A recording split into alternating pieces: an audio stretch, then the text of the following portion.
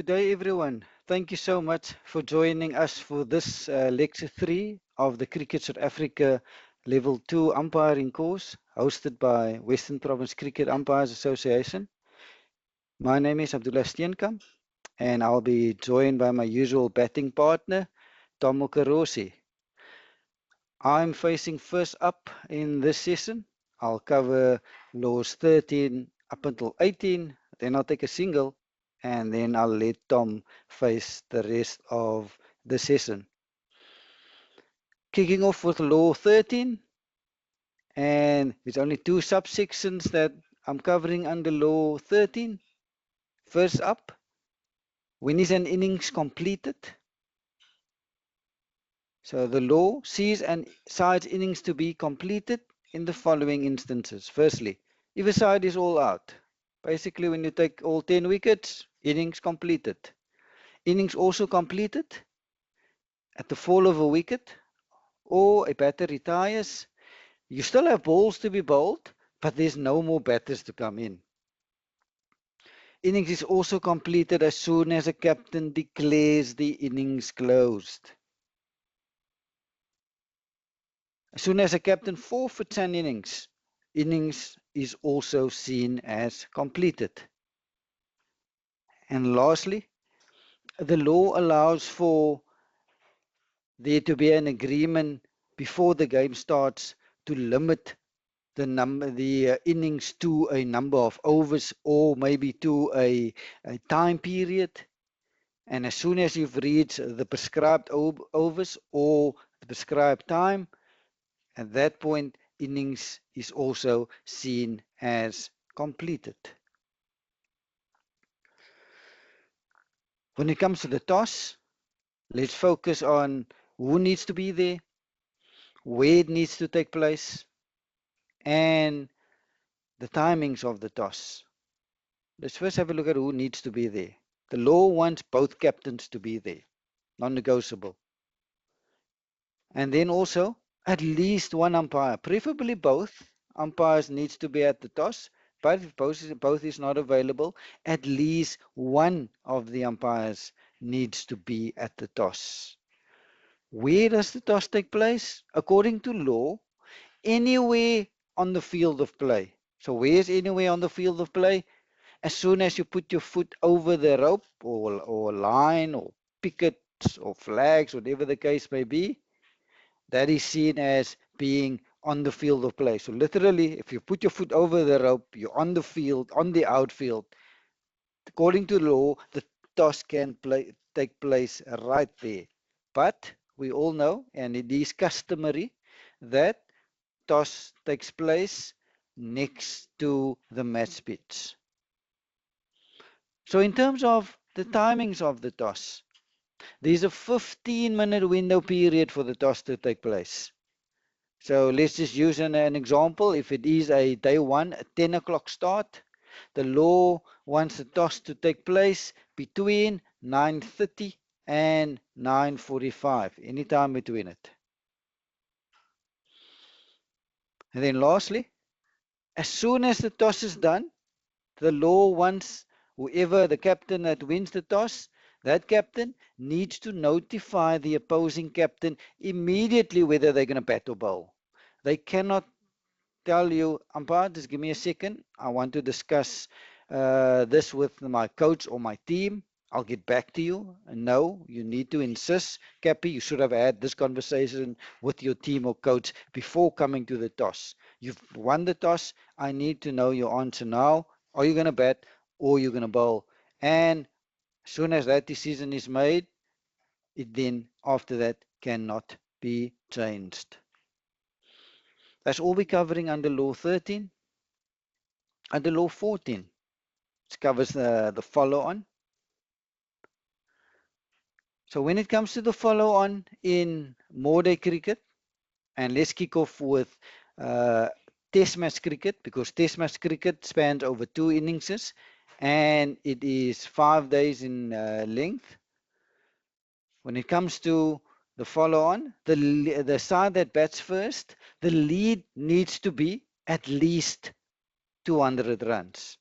And If the lead is at least 200 runs in a test match, the captain then has the option to ask the other side to follow on.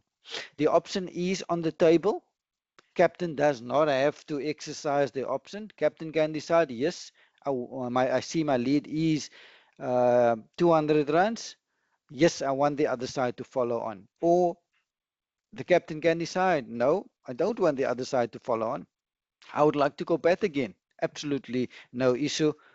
As soon as the lead is 200 runs in a test match, captain has the option, doesn't have to exercise that option. We all know that modern cricket can span over less than 5 days, like in South Africa. We play, our provincial cricket is played over 4 days. We also have the under 23 section being played over 3 days.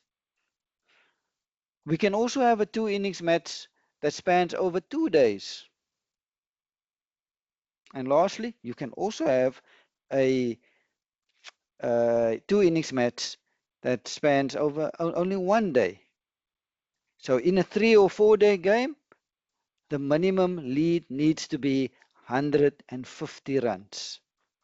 If it's a 2 day match, minimum lead needs to be 100 runs. And if it's a 2 innings match and that match spans 1 day only, the minimum lead there needs to be 75 runs.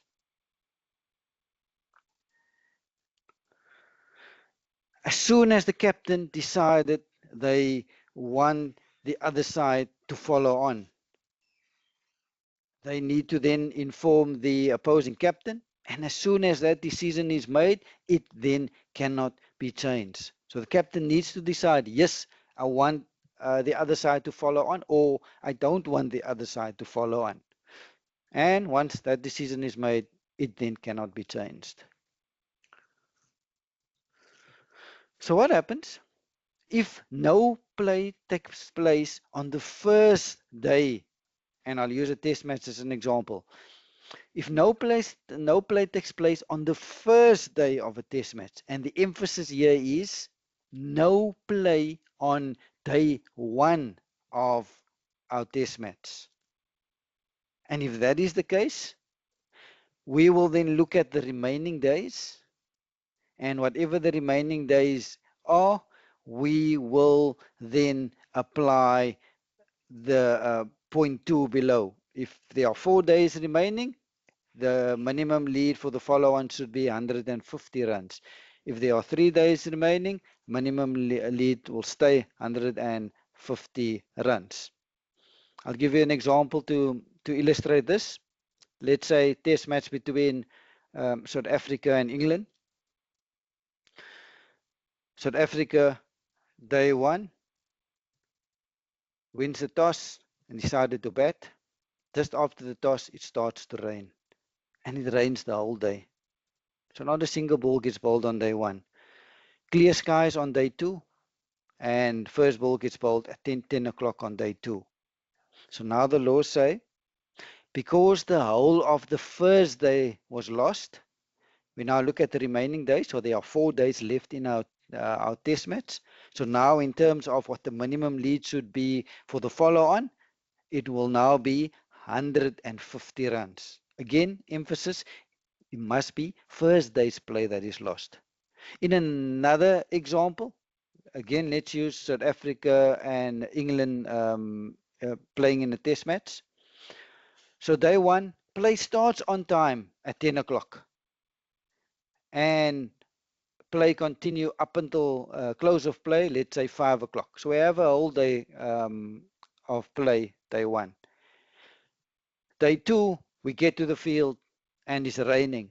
And it rains for the whole of day two. So we lose whole day two. Day three, we get to the field, bright sunshine. Day three can start at 10 o'clock. So yes, we lost the whole of day two, but now in terms of what the minimum lead should be for this particular test match, it will remain at 200 runs in terms of the follow-on. Why? Because the law is clear. you need to lose the first day's play. And if you lose the first day's play, then you look at the remaining days, and in my first scenario there were 4 days left, so the minimum lead will be 150. In my second scenario, play started on day one. We had the whole day of day one. Yes, we lost day two, and we only started day three again. But because play started on day one, we lost day two. So in terms of the minimum lead for the follow-on, in my second scenario, it will remain 200 runs for this test match. Law 15 covers declaration and forfeiture. When it comes to a side declaring, and here it is in the hands of the batting captain. So the law allows the batting captain to declare the innings closed whenever the ball is dead at any time in that innings. Doesn't have to be at the end of the over. If the captain wants to declare midway through the over or after one ball, absolutely no problem. Captain can declare. Captain wants to declare during lunchtime.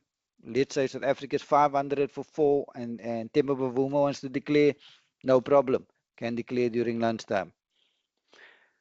When it comes to a forfeiture of an innings, captain may forfeit either of their side innings according to the law, and this forfeiture needs to happen before the commencement of that innings, and a forfeited innings to be considered a completed innings. And lastly, under this law, as soon as a captain either decide to declare their innings closed or they want to forfeit their innings, they need to inform the opposing captain. And as soon as that decision is made, it then cannot be changed afterwards.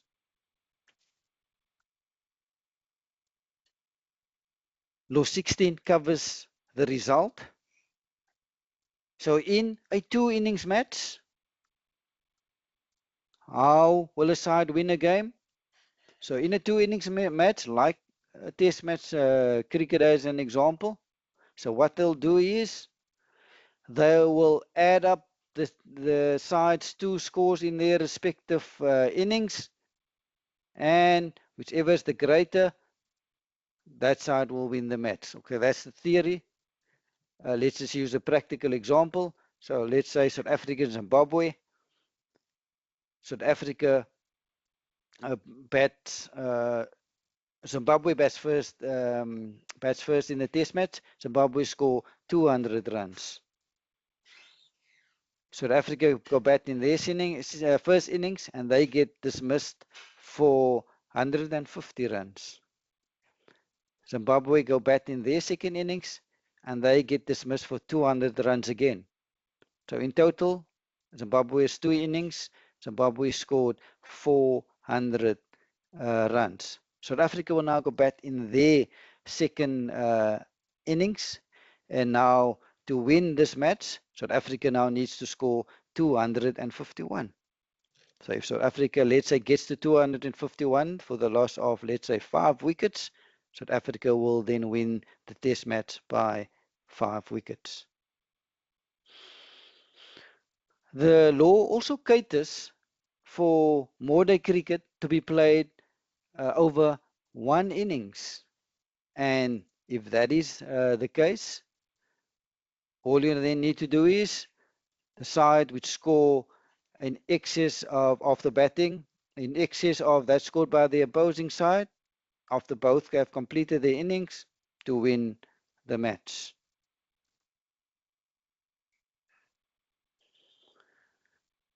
So what is the difference between a tie and a draw? For the game to be a tie in a 2 innings match, all 4 innings needs to be completed, and after the 4 innings are completed, the scores are exactly the same. I'll give you an example. Let's use Zimbabwe and South Africa. So South Africa bat and scores 200 in their first innings. Zimbabwe go bat in their first innings and they get dismissed for 150 runs. South Africa now go bat in their second innings and Zimbabwe dismissed them for 100 runs. So in total, South Africa scored 300 runs over their two innings.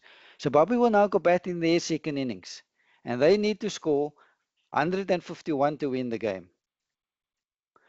South Africa takes the 10th Zimbabwean wicket with the score on exactly 150. So now this is an example of all four innings are completed and the scores over the four innings are exactly the same or equal. And in this instance, this is seen as a tie. What is a draw? And I'll give you an example just to illustrate what a draw is. Again, South Africa and Zimbabwe. South Africa bat first in their first innings and scores 200. Zimbabwe go bat in their first innings and they get dismissed for 150. South Africa go bat in their second innings and they get dismissed for 150. So in total, over the two South African innings, they scored 350. Zimbabwe will now go bat in their second innings and they need to score.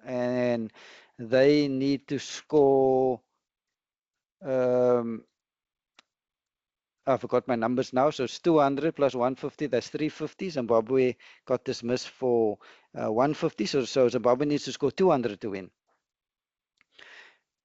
When we get to the last hour, the final ball of the last hour gets bowled, and Zimbabwe is on 150 for the loss of 5 wickets.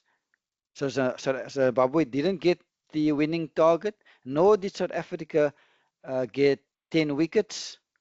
And this is an example of a draw. The penultimate law that I'm covering this evening is the over. 6 balls to be bowled in an over. What indicates the start of an over? As soon as the bowler gives his or her first step, that is when the over technically starts. If the bowler doesn't have a run up, as soon as that back foot lands, that is when the over starts. In terms of valid balls, ball shall not count as one of the 6 balls of the over unless it is delivered. You do sometimes have a ball that was delivered, but that ball will not count as one of the over. There are 4 of those instances. Let's have a look at them. Point 1. If the ball is called dead or is to be considered dead before the striker had opportunity to play at it. Even though that ball might have been delivered, but let's say there's a bee flew in front of the batter's nose, batter got distracted, umpire then batter backed away, umpire then called and signal dead ball. Even if the ball was delivered, that ball not to count, that ball have to be rebowled. Point 2, when the striker is not ready to receive the ball and striker was distracted by, let's say, someone walking in front of the sight screen, as an example, even if the ball was delivered, that ball also not to count as one of the valid balls of the over. If the ball is a no ball or a wide, that ball will have to be rebowled. It will not count as one of the valid balls in the over. And lastly, even if the ball was bowled, when we have a player returning without permission, part of the punishment is that ball to not count as one of the over. Similarly, when it comes to illegal fielding, ball will not count as one of the over. Also, when there's a deliberate attempt to distract the striker, ball not to count as one of the over. And lastly, if there's a deliberate distraction, deception, or obstruction of the batter, ball to not count as one of the legal balls of the over. So what happens if an umpire miscounts? Can happen. We should try not to miscount, but the law tells us if an umpire do miscount the number of valid balls as counted by the umpire to stand. If the umpires allow a 5 ball over, that 5 ball over will stand. If the umpires allow a 7 ball over, a 7 ball over to stand. Also, if the umpires now miscounted and the umpires then allow more than 6 valid balls to be bowled, but let's say they allow the 7th ball to be bowled, but the 7th ball is now a no ball. So what do you do now? As soon as the umpires now they've realized they've allowed a 7th ball. They shouldn't have allowed that ball, but that 7th ball was a no ball. The law allows that as soon as the umpires realize their mistake, they can call over. A bowler is allowed to change in as often as they want. All the law wants is they should not be bowling 2 overs consecutively, nor bowl parts of each 2 consecutive over in the same innings. In the same innings, not allowed to bowl 2 consecutive um, overs. They can in different innings, and I'll give you an example.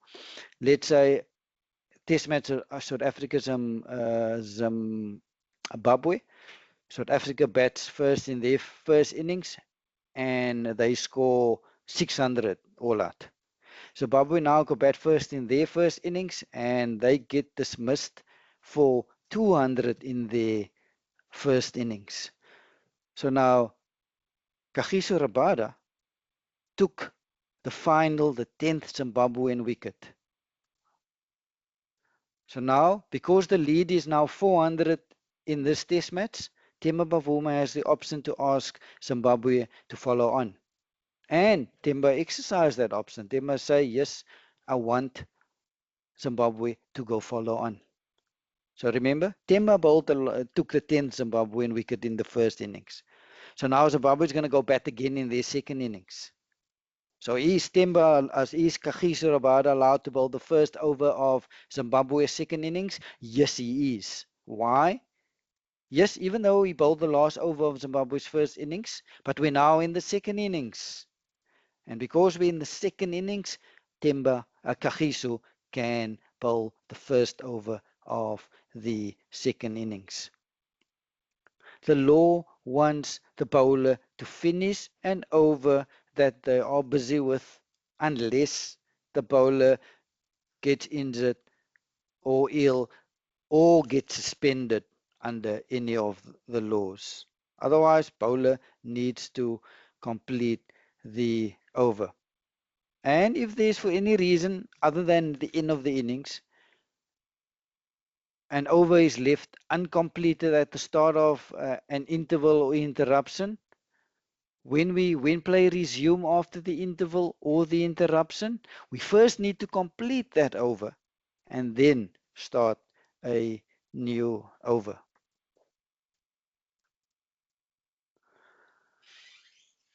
Last law that I'm covering before handing over to Tom.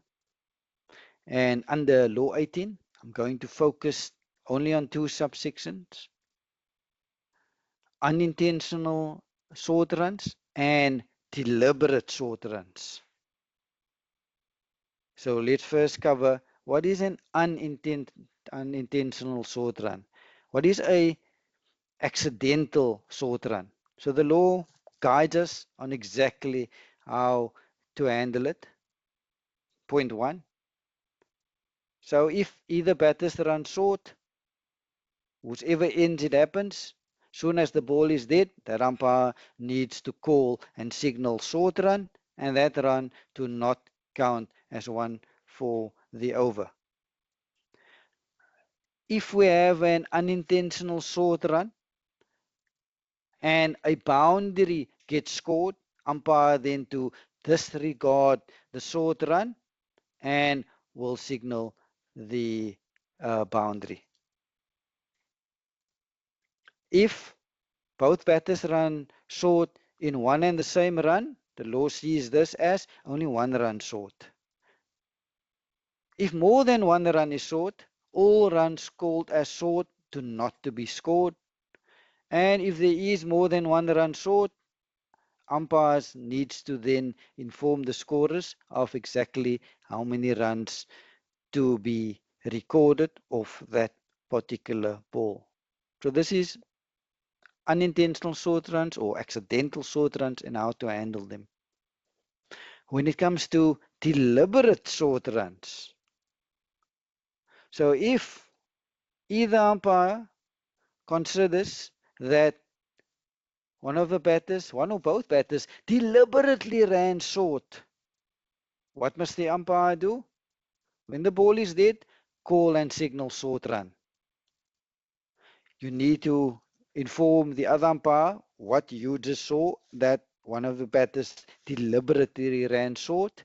Bowlers in umpire then needs to disallow all runs to the batting side from that particular ball. Return any not out batters back to their original ends. You need to send the batters back. No runs to be scored from this delivery. If there was a no ball or wide, that to stand. 5 penalty runs to the fielding side. And lastly, you need to inform the captain of the fielding side and, when possible, captain of the batting side why you took this action, and this needs to be reported to the governing body of cricket that covers that particular competition. Tom, I just took a single. I'll let you face the rest of the session. Over to you, Tom. Thank you very much, Abdullah, and good evening to you and the candidates. I am going to be taking through laws 19 through to 23. But before I start with the bylaws, I've got a little quiz question or two based on the law that Abdullah has just presented. So we're going to start with quiz question 18.1 and 18.2. So Abdullah has just talked us through what we need to do if we consider that either batter has taken a deliberate short run and what the punishments are for that. But of course, it's important to determine whether a short run is deliberate or it's unintentional.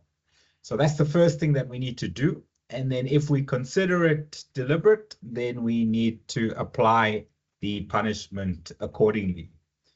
So I'm going to play you a video from a Big Bash League match a few years ago. And you need to type into the chat box 18.1, how many runs are scored by the batting side, if any?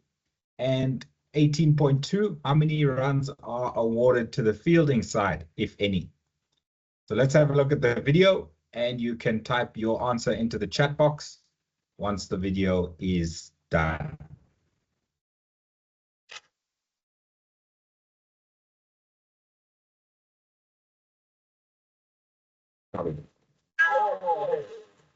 It's really well positioned throw, wasn't it? Nice work, Maxie. I think they're talking about non-striker perhaps leaving the box, leaving the crease a little bit prematurely, I believe. Oh, there you go.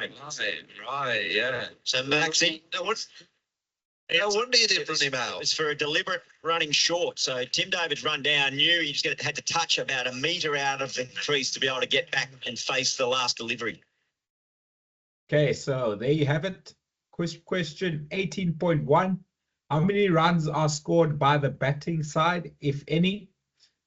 Question 18.2. How many runs are awarded to the fielding side, if any? I will go through the answer for this quiz question at the end of today's lecture. So moving on to law 19, boundaries. a few subsections that I'll be covering this evening. Identifying and marking the boundary. A boundary that cannot be identified shall be determined by the umpires before the toss.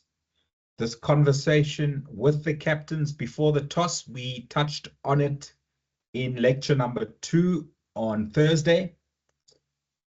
We said, for example, if there is a tree inside the field of play, we need to know how to handle the ball hitting the tree. Is it a boundary 4? Is it a boundary 6? Or do the batters just keep running? That needs to be determined at the toss. But remember that you won't be the first umpire to have umpired at that field. There will be a prevailing local custom for how to deal with that tree in the middle of the field. So don't make up your own rules when you get there. Ask the home captain what the local custom is for the ball hitting the tree or the goal posts or the rugby posts that are inside the field of play. What happens if a person or an animal comes onto the field while the ball is in play and comes into contact with the ball?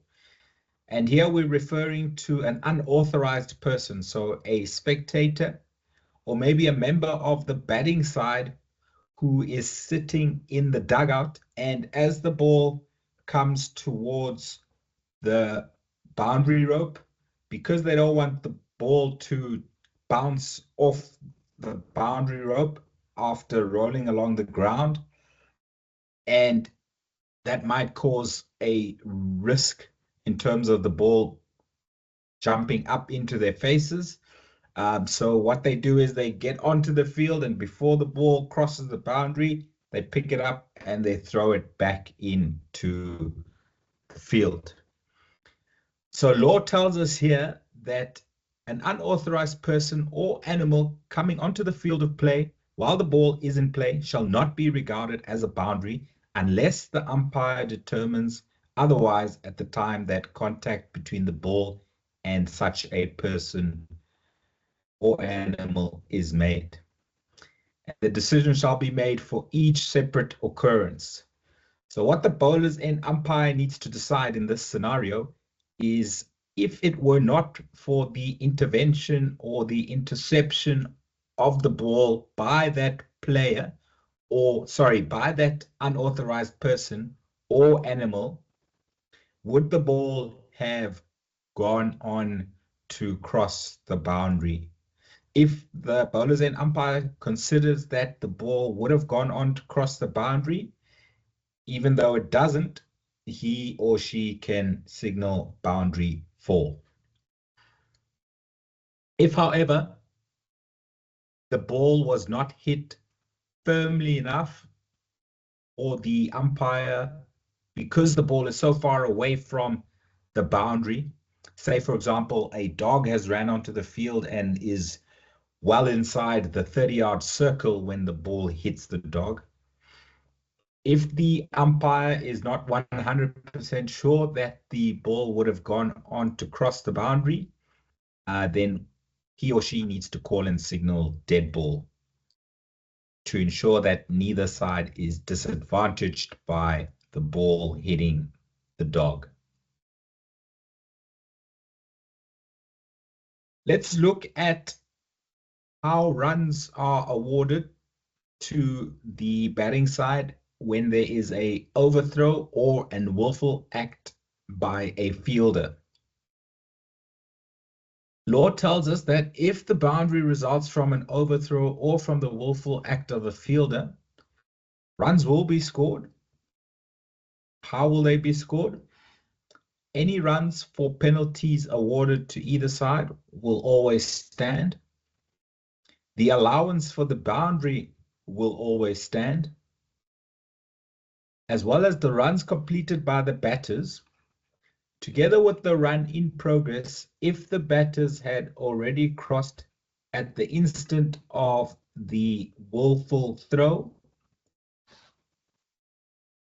Sorry, at the instant of the throw or the willful act. Now, what is a overthrow and what is an willful act? We're going to watch two videos to explain exactly the two. First, we're going to watch probably the most famous overthrow in the history of cricket. It happened during the 2019 50-over World Cup final between England and New Zealand at Lord's Cricket Ground. And I think I just need to unshare and then reshare with sound so that the sound comes through better than it did for the previous video. Bear with me.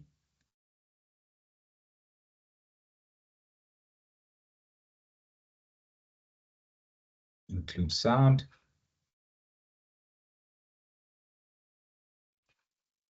And here we go. Hello and welcome to the Cricket Digest channel. World Cup final match saw one of the most thrilling finish ever witnessed in an ODI match. However, an overthrow in the 50th over of England innings has sparked the debate. A throw from Martin Guptill deflected after hitting Ben Stokes, who was diving to save his wicket, and the ball crossed the boundary line. Many people were confused about how an overthrow is valid after the ball touches the batsman. Point to be considered here is, everyone in the field, including the batsman and the umpires, are considered as part of the play, and the fielding side has to take this into consideration. Hence, the ball getting deflected from either a batsman or an umpire will not be called a dead ball. However, if a batsman makes deliberate contact with the ball, or if he deliberately comes in the way of a throw, then the ball will be immediately called dead and the batsman will be given out, obstructing the field. But in the case of Ben Stokes, he had come in the way of throw, but he did not do it deliberately. He was running hard to save his wicket and he did not make deliberate contact with the ball either. It looks unfair to the fielding side in this case, but one should also take into consideration that catching after the ball hits either an umpire or a batsman is valid. Hence, allowing overthrow was well within the laws of the game. But there was a mistake committed by the umpires in this incident. They awarded 6 runs, whereas only 5 runs should have been awarded. According to Cricket Law 19.8, if the boundary results from an overthrow or from the willful act of a fielder, then the runs scored shall be allowance for the boundary, which is 4 runs in this case, and the runs completed by the batsman plus the run in progress if the batsman had already crossed at the instant of the throw. Ben Stokes and Adil Rashid had completed the first run, but they had not crossed for the second run at the instant of the throw. Hence, only 1 run should have been awarded for running, and in total, 5 runs should have been awarded. Law further states that if the batsman had not crossed at the instant of the throw, then they should be sent to the end they have left. Meaning, in this case, Adil Rashid should have been sent to the striker's end and Ben Stokes should have been sent to the non-striking end for next delivery. If this law was applied properly, then the New Zealand team would have had a good chance to win the World Cup. Do you feel any different? Do let us know in the comment section. Okay, so that was an overthrow, and we learned that the boundary 4 will count, even though it came off Ben Stokes's bat. It is part of his person and it is part of the game. So the ball going from Ben Stokes's bat over the boundary line as he was trying to make good his ground at the non-striker's end, that boundary 4 will count. What will also count is the run that was completed before or at the instant of the throw, and then also the run in progress if they had crossed. So they had not crossed for the second run, so that should have been 4 plus 1. Should have been 5 runs added to England's total for that particular incident. So let's look now at a willful act by a fielder resulting in a boundary. How do we account for that? Let's watch another video and I will explain it afterwards. started at 15:39.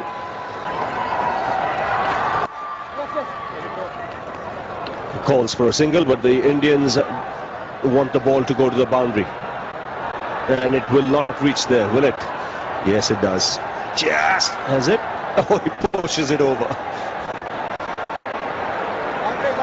And signals boundary 284 for 9, and it'll bring a...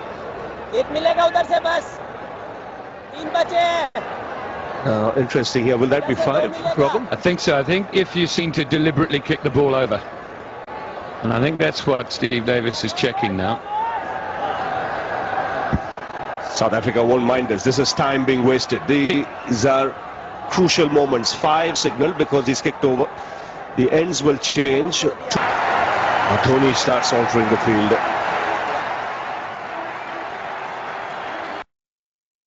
Okay, so you can see at the bottom of the screen it says 5 penalty runs.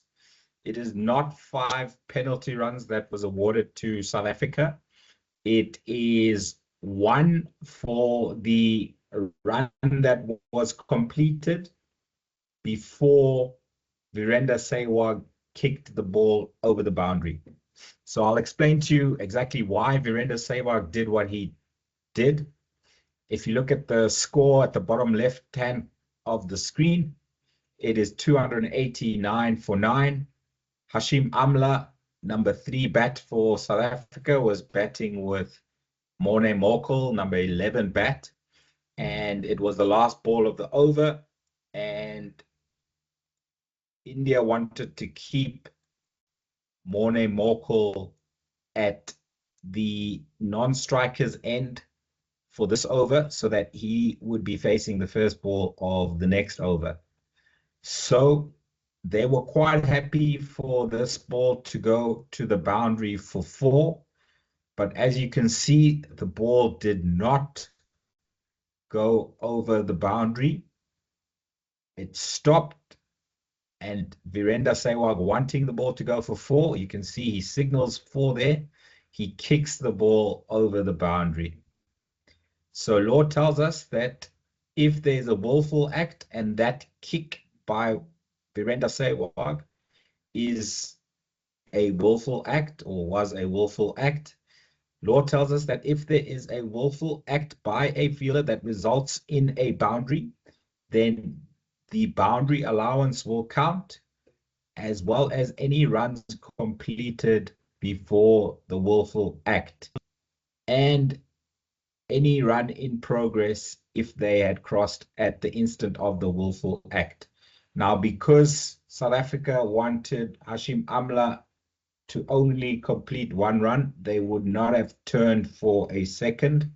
So South Africa scored 5 runs in this instant.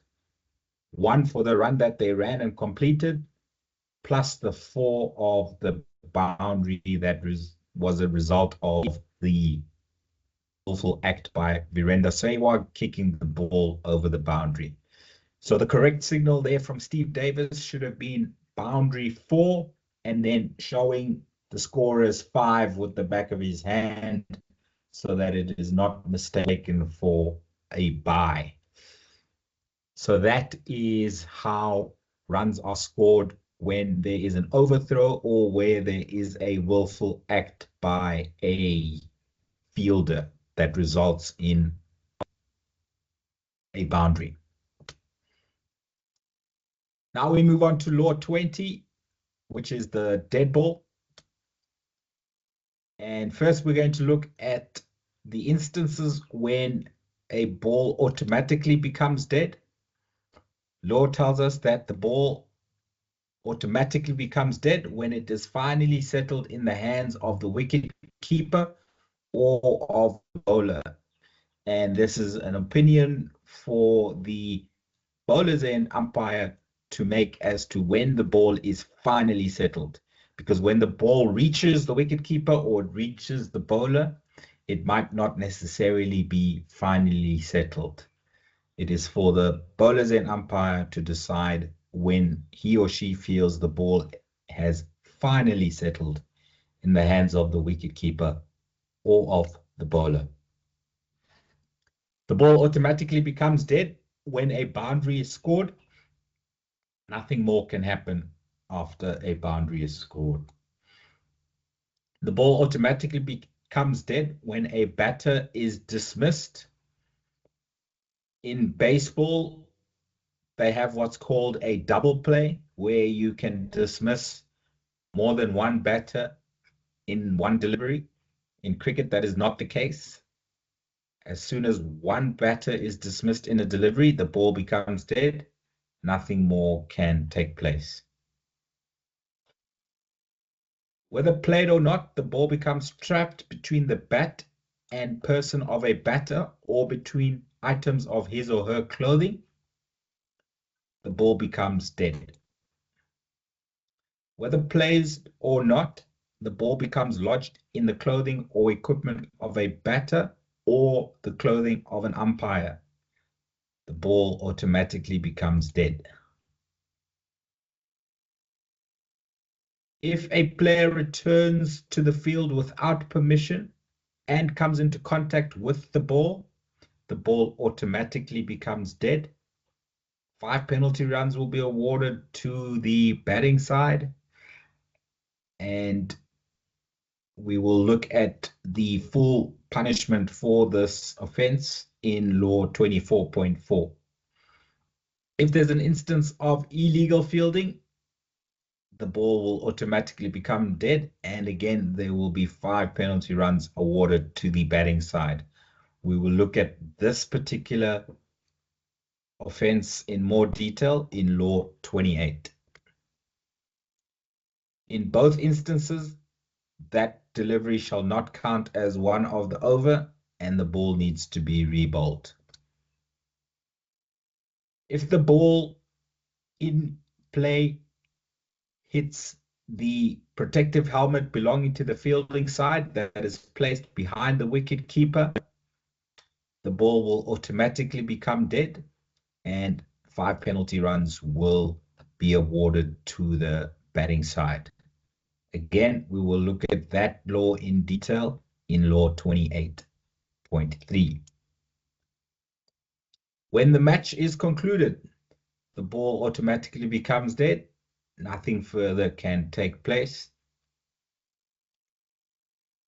So let's have a look at an example of when the ball is trapped or lodges in the clothing or equipment of a batter. What a comedian. So Yes, it got stuck in the pad. They're asking, and he's trying to catch it. And then he drops the ball. We can see here, and I'll play it again without sound, that the batter, the striker, gets a glove to the ball. Or is it the inside edge? Yeah, it's his glove. And then the ball slides down from his thigh into the flap of his pad and gets stuck there between the flap of his pad and his thigh. So the wicketkeeper, knowing that the ball had come off the glove, trying to take a catch, goes and tries to grab the ball from inside of the striker's flap of his pad. But would this have been out caught? No. Why? Because as soon as the ball got trapped or lodged between the flap of the pad and the thigh of the striker, the ball automatically became dead. So he was never in danger of being out caught. Now let's look at the instances where we need to call and signal dead ball. Law tells us that when the ball becomes dead, as per the slide before the video, the bowlers and umpire may call and signal dead ball if it is necessary to inform the players. In the scenarios to follow, either umpire shall call and signal dead ball. So we have to call and signal dead ball in these scenarios. When we intervene in a case of unfair play, we need to call and signal dead ball and then attend to the issue at hand. If there is possibly a serious injury to a player or an umpire, we need to call and signal dead ball and call on the medics as soon as possible. If we leave our normal position to consult, then before we leave our normal position, we need to call and signal dead ball so that nothing else happens. It doesn't mean that we've already decided that it's going to be not out. All we're doing is we're saying that nothing further should take place, and then we will come together and adjudicate on what has or did take place before we called and signaled dead ball. If one or both bails from the striker's wicket falls before the striker has had the opportunity of playing the ball, then either umpire shall call and signal dead ball. It's usually easier for the strikers and umpire to see the bails falling off the striker's stumps, because sometimes the striker is standing in front of his or her stumps such that the bowlers and umpire cannot see if and when the bails on the striker's stumps fall off. If the striker is not ready to receive a delivery, and if the ball is delivered, the striker makes no attempt to play at the ball, then the bowlers and umpire will call and signal dead ball. Law tells us that either umpire can call and signal dead ball, but it's more common for the bowlers and umpire in this scenario to call and signal dead ball, provided that the bowlers and umpire are satisfied that the striker had adequate reason for not being ready. Of course, if and when we do call and signal dead ball for this scenario, the ball shall not count as a legal delivery in the over and needs to be rebowled. If the striker is distracted by any noise or movement while preparing to receive or receiving a delivery, either umpire shall call and signal dead ball. This shall apply whether the source of the distraction is within the match or outside of it. Once again, in this scenario, the ball shall not count as a legal delivery in the over and needs to be rebowled. If there is an instance of deliberate attempt to distract the striker, either umpire shall call and signal dead ball. The ball shall not count as a legal delivery in the over and needs to be rebowled. If the bowler drops the ball accidentally before delivery, either umpire shall call and signal dead ball. If the bowler throws the ball towards the striker's end before entering his or her delivery stride, either umpire shall call and signal dead ball. Okay, very careful. Read this. It says, if the bowler throws the ball towards the striker's end before entering his or her delivery stride. Of course, if the bowler threw the ball after entering his or her delivery stride, we know bowlers need to keep their arm straight when they deliver a ball. So if the bowler threw the ball after entering his or her delivery stride, that would be adjudicated a no ball. But this scenario, is a bowler throwing the ball at the striker's end before entering his or her delivery stride, we call and signal dead ball. If the ball does not leave the bowler's hand for any reason other than an attempt to run out the non-striker, then either umpire shall call and signal dead ball. If we are satisfied that the ball in play cannot be retrieved or recovered, either umpire shall call and signal dead ball. An example here is if there is a manhole inside the field of play, the ball is hit, rolls along the ground, and ends up going into that manhole.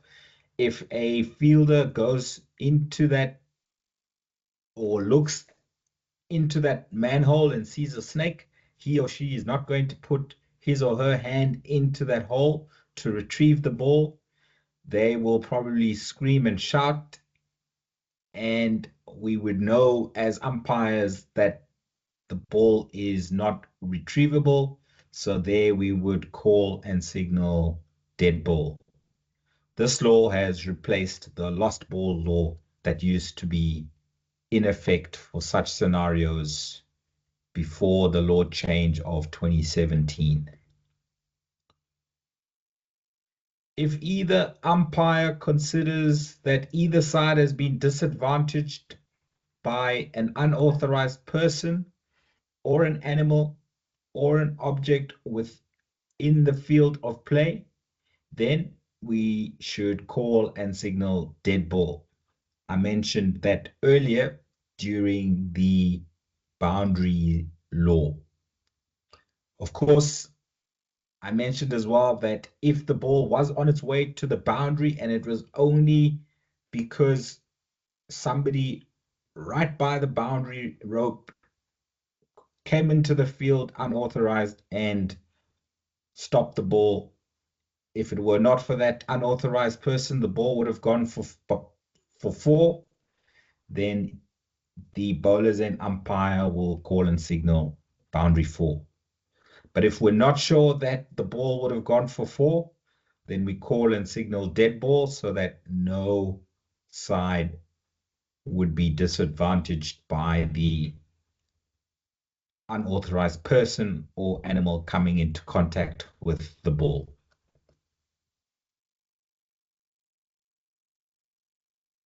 If the striker attempts to play the ball and no part of his or her person, whether grounded or raised, remains within the pitch, then either umpire shall call and signal dead ball. If we are required to do so under any of the laws not included in the dead ball law, then we do once again have to call and signal dead ball. Next law that I'll be taking you through is law 21. And we will be covering again a few subsections. First subsection that we're covering under the no ball law is the bowler breaking the wicket in delivering the ball. Either umpire shall call and signal no ball if, other than in an attempt to run out the non-striker, the bowler breaks the wicket at any time after the ball comes into play and before he or she completes the stride after the delivery stride. So as the bowler bowls, if he or she knocks over the stumps at the non-striker's end and delivers the ball, the bowler's end umpire shall call and signal no ball. Once again, it says either umpire, but it's usually the bowler's end umpire in this scenario who calls and signals no ball. Very importantly, it doesn't have to be the body of the bowler that puts down the wicket at the non-striker's end. Law tells us that any clothing or other object that falls from the bowler's person and breaks the wicket will also be called a no ball. Next subsection of Law 21 that we will be covering is the ball bouncing more than once or rolling along the ground. Law tells us that the umpire shall call and signal no ball if a ball which he or she considers to have been delivered without having previously touched bat or person of the striker bounces more than once before it reaches the popping crease, or rolls along the ground before it reaches the popping crease, or the ball pitches wholly or partially off the pitch before it reaches the line of the striker's wicket, we shall call and signal no ball.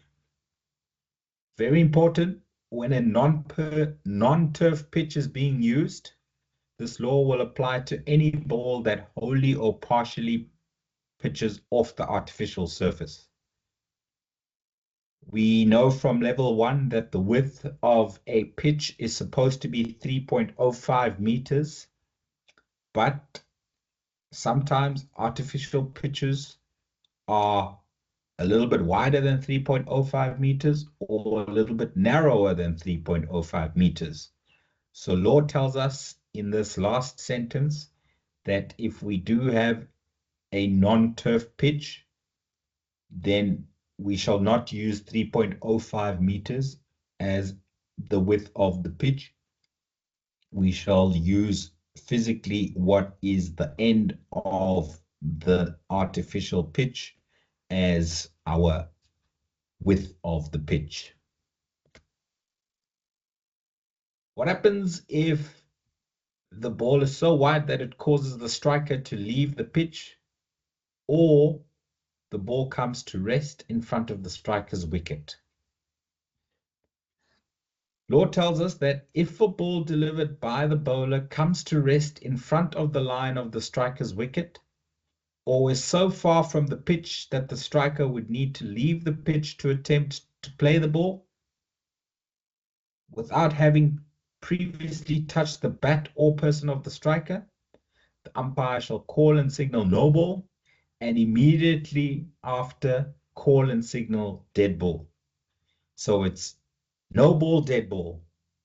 And those two calls need to be instantaneously after each other, such that the striker has no chance to play the shot. Okay, so no ball, dead ball. And if the striker does play the shot, we are not going to award any further runs than the 1-run penalty for no ball. The law tells the umpire to call and signal dead ball immediately after no ball, so that nothing more happens after the no ball call.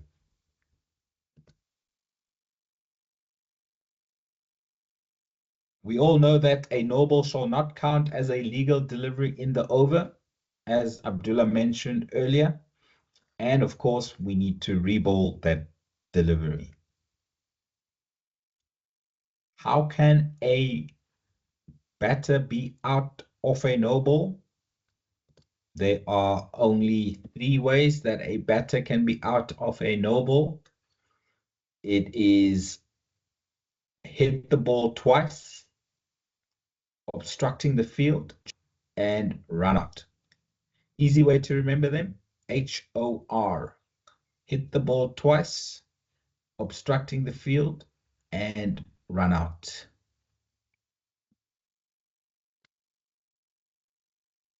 Next, I'll be taking you through the wide law, Law 22.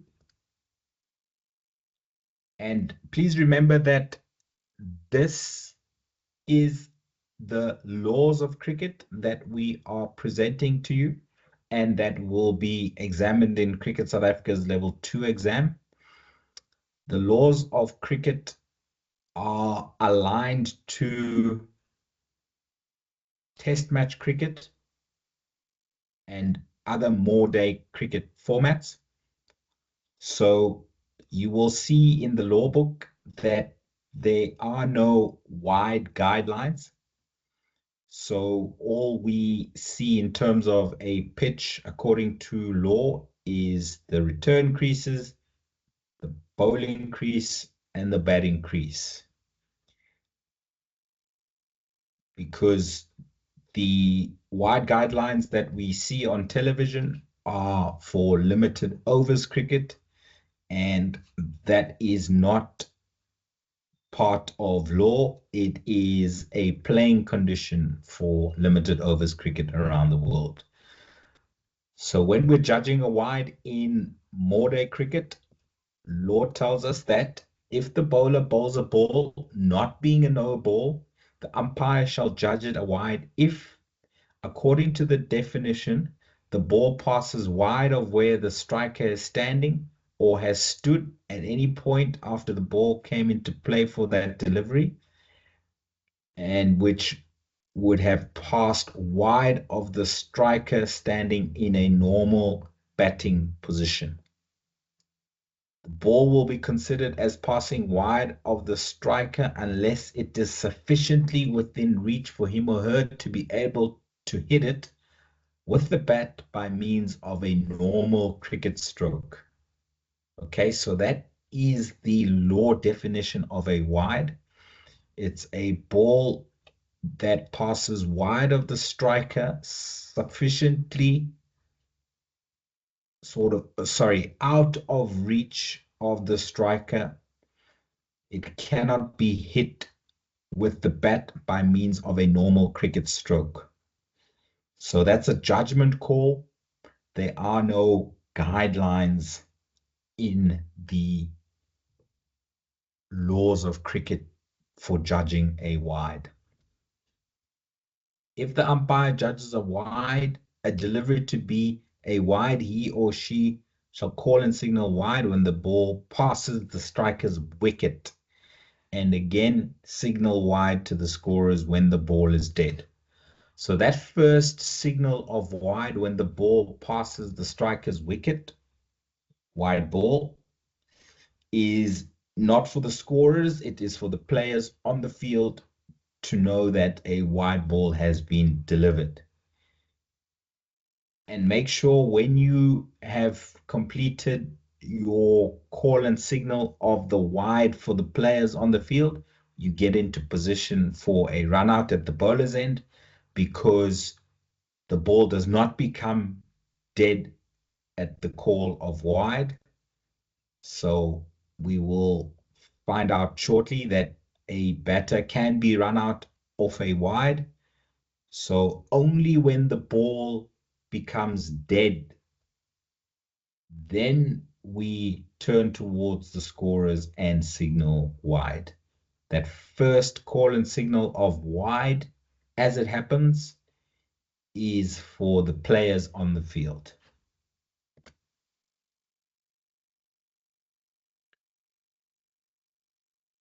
As mentioned, if the umpire adjudges a delivery to be a wide, he or she shall call and signal wide as soon as the ball passes the striker's wicket. It shall, however, be considered to have been a wide from the instant that the bowler entered his or her delivery stride, but of course it cannot be called wide until it passes the striker's wicket. As mentioned by Abdullah in Law 17, a wide shall not count as one of the valid balls of the over and needs to be rebowled. We learned earlier that there are 3 modes of dismissals that are in play when a no ball is bowled. For a wide, there are 4 ways that a batter can go out of a wide. First one is hit wicket. Second one is obstructing the field. The third one is run out. And the fourth one is stumped. So again, easy way to remember it. For no ball, it's simply HOR. For wide, it's HORS.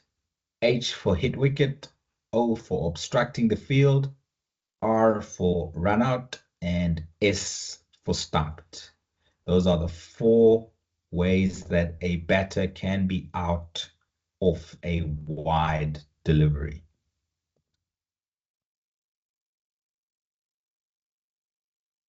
Now we move on to Law 23, buys and leg buys. Let's start with buys. What is the definition of a buy? Law tells us that if the ball delivered by the bowler, not being a wide, passes the striker without touching his or her bat or person, any runs completed by the batters from that delivery or even a boundary allowance shall be credited as buys to the batting side. Additionally, if the delivery is a no ball, the 1-run penalty for such a delivery shall be incurred. So pretty simple. If a ball goes past the striker, does not touch the bat, it does not touch any part of the striker, goes past the wicket keeper as well, and then the batters run, those runs that they complete will be classified as buys. Next, we move on to leg buys. If a ball delivered by the bowler strikes only the person or protective equipment of the striker, leg buys shall be scored, but leg buys can only be scored if either of 2 things happen. What are those 2 scenarios? If the striker has attempted to play the ball with his or her bat, but has missed, and then the ball hits the person of the striker, and the batters run, then a leg bye will be awarded. Or if the striker has tried to avoid being hit by the ball, but the ball does make contact with the striker and the batters run, then yes, leg buys will be awarded. If the delivery is a no ball, the 1-run penalty for the no ball shall also be incurred. So we mentioned in the previous slide that either the batter needed to attempt a stroke or needed to attempt taking evasive action. Leg buys will be awarded if the ball hits the person of the striker and the batters run. When will leg buys not be awarded? If the umpires consider that the striker neither attempted to play at the ball with his or her bat, nor tried to avoid being hit by the ball, then if the ball does not become dead for any other reason, the umpire shall call and signal dead ball as soon as the ball reaches the boundary or at the completion of the first run. And then the bowlers and umpire shall disallow all runs to the batting side. And we signal that by showing the dead ball signal. We shall return any not out batter to his or her original end. So if they completed that 1 run, we wait until they complete that 1 run, and then we call and signal dead ball and disallow all the runs, then return them to their original ends. If there was no ball, then we signal no ball, and that 1-run penalty for a no ball will always stand. If there was a 5-run penalty that was applicable, then we would also signal that, except if the ball had gone on and hit the helmet placed along the ground behind the wicketkeeper.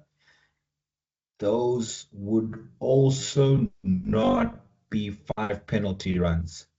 Why? Because no runs can be awarded to the batting side if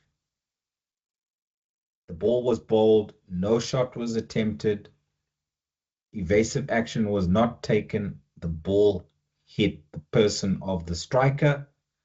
If that ball trickles through and hits the helmet behind the wicketkeeper, yes, it will automatically become dead, but 5 penalty runs will not be awarded to the batting side. The last law that I will be taking us through today, before we go to our question and answer session, is Law 24, fielder's absence and substitutes. The first thing we need to know is that if a fielder fails to take the field at the start of the match or at any later stage, or leaves the field during play, the umpires need to be informed as to the reason why the fielder has not taken the field.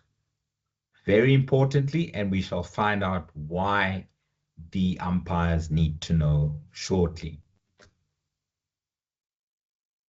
Law goes on to tell us that that fielder shall not thereafter come onto the field of play during a session without the consent of the umpires. Okay, so when a fielder goes off the field of play, they need to inform either umpire why they're going off the field of play. And when the fielder is ready to come back onto the field of play, they may only do so with the consent of either umpire. And the umpires shall give such consent as soon as practical, usually at the end of an over or at the fall of a wicket. Is that fielder allowed to bowl as soon as they come back onto the field of play? No. Law tells us that that fielder shall not be permitted to bowl until having been back on the field of play for the same amount of time as he or she was off the field. So if the fielder was off the field for 10 minutes, they would need to be back on the field for 10 minutes before they can bowl again. If the fielder was off the field for 20 minutes, then they would need to be back on the field of play again for 20 minutes before they can bowl again. Law tells us that the penalty time is up to a maximum of 90 minutes. So if a fielder was off the field for 100 minutes, how much time would they need to be back onto the field before they can bowl again? It is not 100 minutes because of the maximum that is specified by law. The fielder can bowl again after being on the field for 90 minutes. Okay, so the maximum time that a fielder needs to serve penalty time for, according to law, is 90 minutes. This maximum penalty time does vary according to different playing conditions, but we're not going to go into those details because, as mentioned last week, and I will reiterate it, the Cricket South Africa Level 2 umpiring course is based on the laws of cricket, and the exam also requires you to answer questions according to the laws of cricket. So maximum penalty time as per law, 90 minutes. If the fielder leaves the field before having served all of his or her penalty time, the balance is carried forward as unserved penalty time. I'll give you an example. If the fielder was off the field for 30 minutes, comes back onto the field and is on the field for 20 minutes, if that fielder needs to leave the field again, they still owe us 10 minutes. And if they are off for another 7 minutes, then we're going to add that 7 minutes that they're off for to the 10 minutes that they still owed us.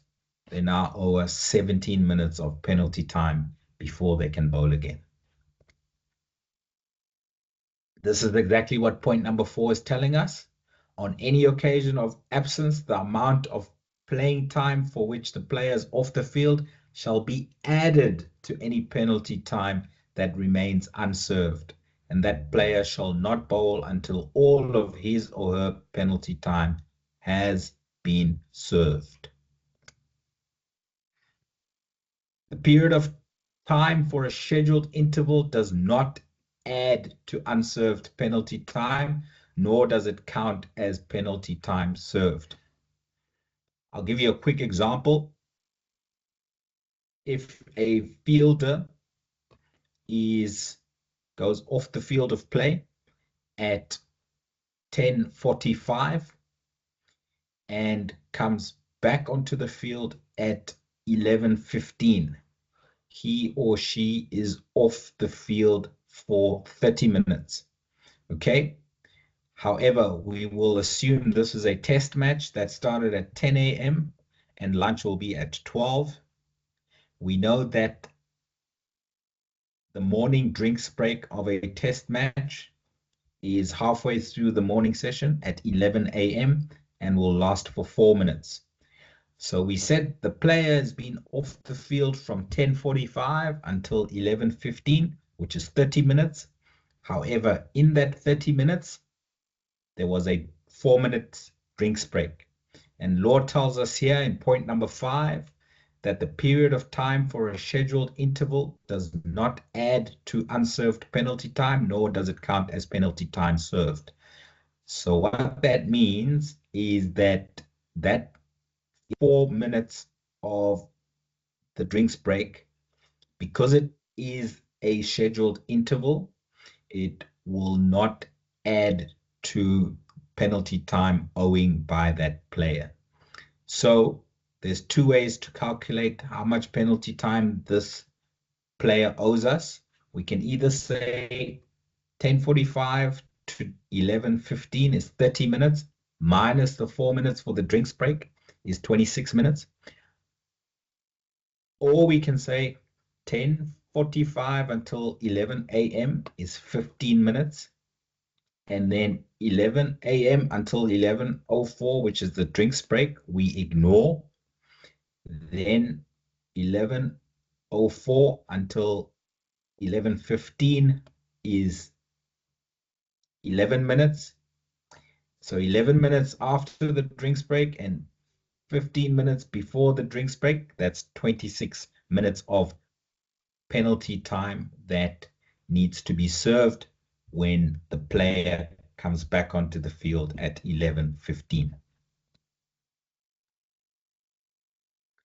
Any unserved penalty time shall be carried forward into the next and subsequent days and innings of the match as applicable.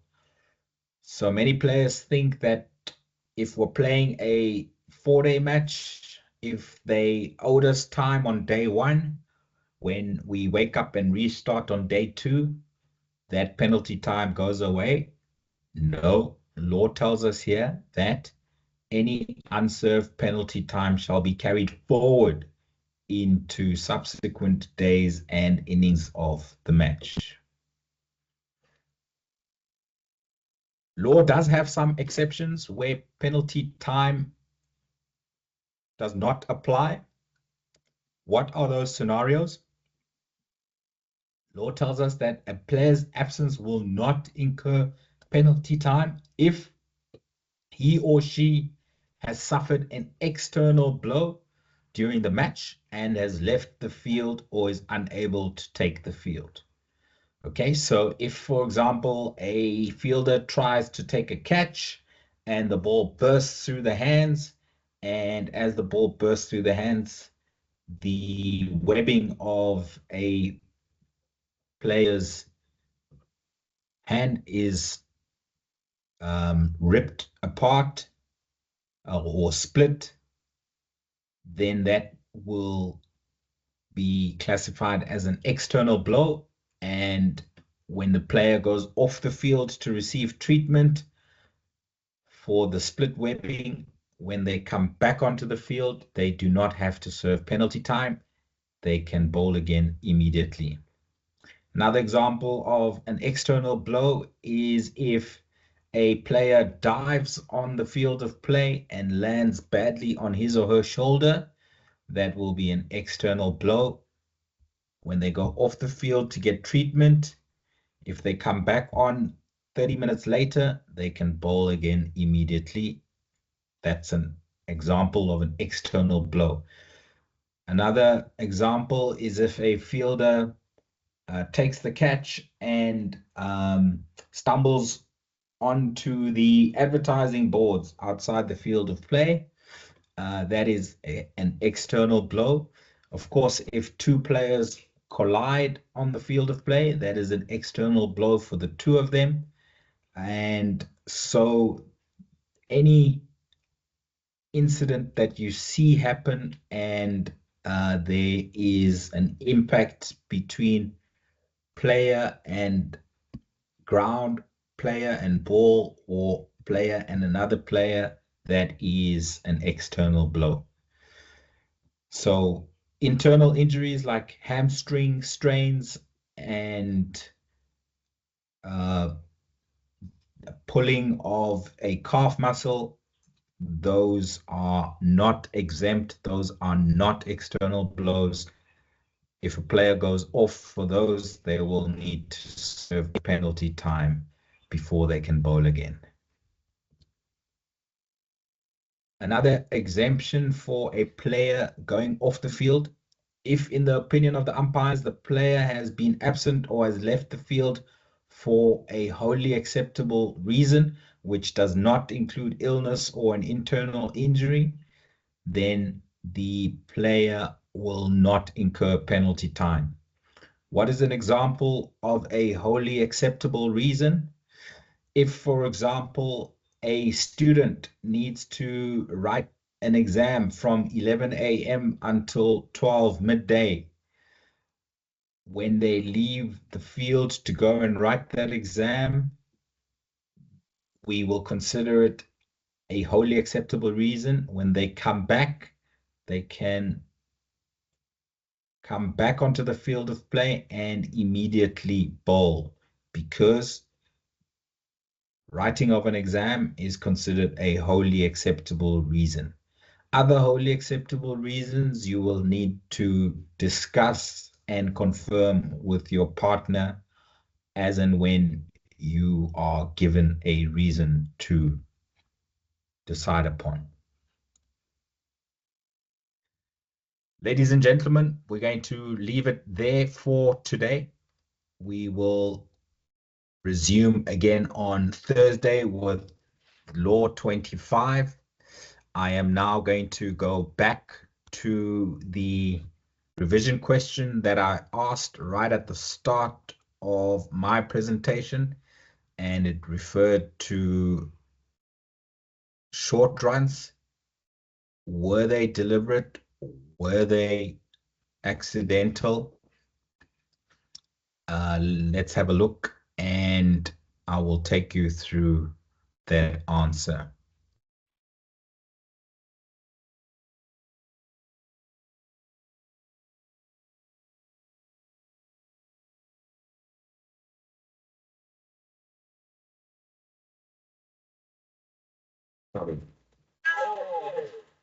It's pretty well positioned throw, wasn't it?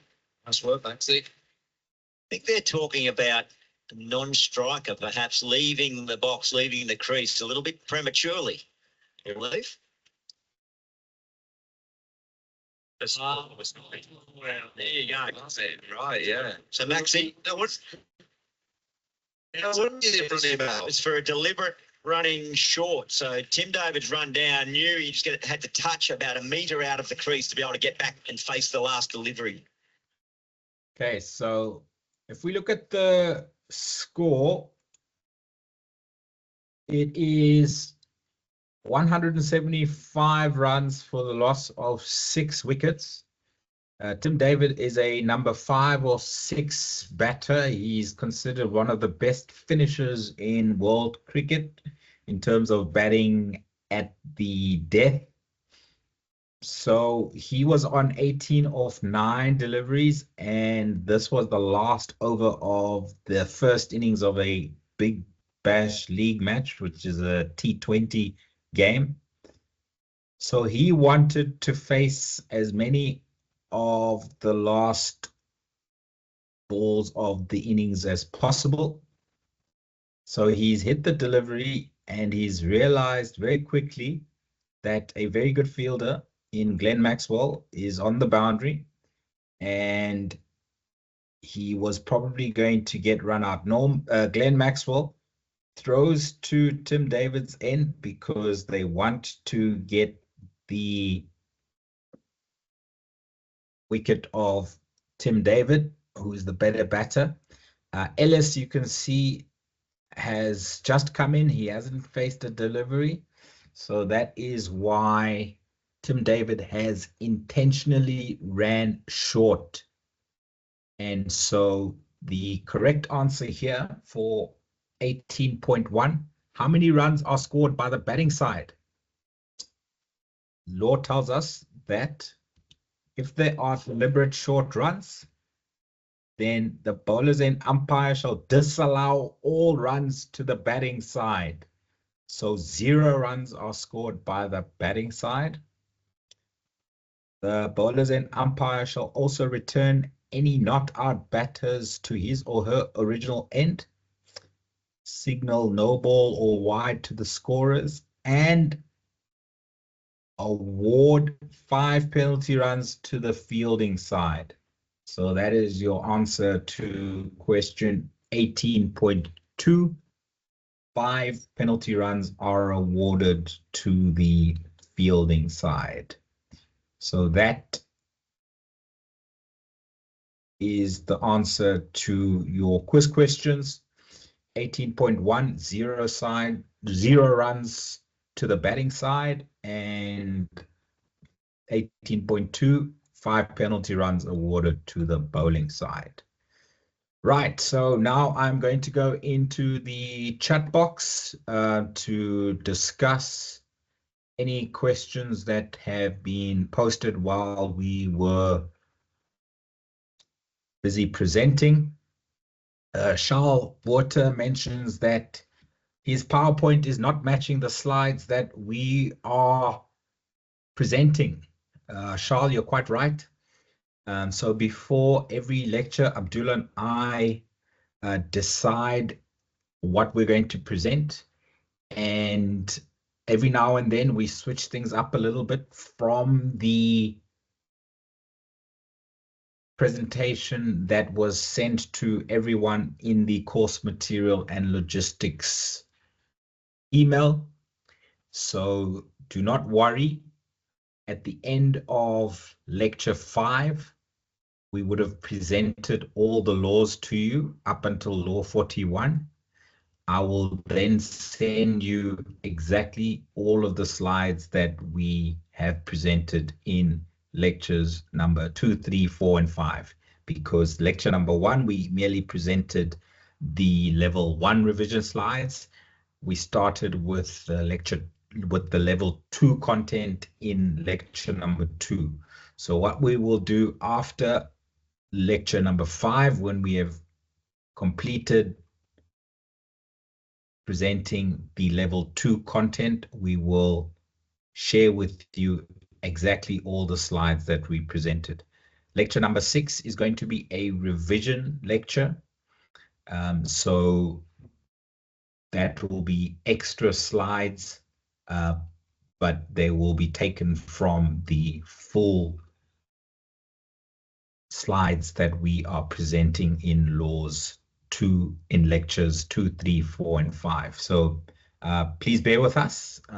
We will send you the full presentation as presented in lectures 2, 3, 4, and 5 after lecture number 5. William asks, the over starts when the bowler starts his or her run-up. If the captain stops the bowler after he takes his first step, can the captain change the bowler? Abdullah, can the captain change the bowler? And if the captain changes the bowler, will bowler A get an extra over added to his or her bowling quota? Say, for example, it's a T20 innings where a maximum of 4 overs can be bowled per bowler. Who is going to be credited with having bowled that over? Abdullah? William, as you correctly state, as soon as the bowler gives his or her first step, according to the law, that over has technically started. So to answer the first part of your question, and then I'll get to Tom's question. So bowler took that first step, that over technically started. That bowler needs to complete that over. And I've covered it tonight. There is a but, and that but is unless the bowler gets injured or suspended during the over, then the over needs to be completed by another bowler. But if not, as soon as that bowler gives that first step, the over officially started, and you as the umpire, you need to tell the captain, Cappy, unfortunately, you're not allowed to replace this bowler. As soon as the bowler took that first step, the over has started. This bowler needs to complete the over. To answer Tom's question, in an example where, and let's say it's a T20 game where each bowler gets a max of a max of 4 overs. Let's say the opening bowler, he is going to start the game. Umpire calls play. The opening bowler takes 4 steps in the run-up, and then let's say the bowler pulls a hammy. Remember, the bowler only took 3 or 4 steps, did not deliver a ball yet. Three steps, pulled the hammy. Physio comes on, gets a bit of treatment, but then physio says, I need to, please let me take the bowler off. Needs to give some more treatment to the hammy. So I've just mentioned that over has technically started. So in terms of the allocated overs for that particular bowler, the law sees that bowler has technically, even though the bowler hasn't delivered a ball, but because the over has started, technically that bowler has bowled an over. So when that bowler comes back after receiving treatment, that bowler is then only allowed to bowl a max of 3 more overs. Over, Tom. Thanks, Dula. Apologies, I just have a phone ringing in my room here. I'm not sure how to reject the call. Okay, the next question is from Sharad. Abdullah, you spoke about the 7th ball of an over being bowled, and it was a no ball. And the umpires discovered after that no ball was bowled that it was the 7th delivery of the over, so they called over.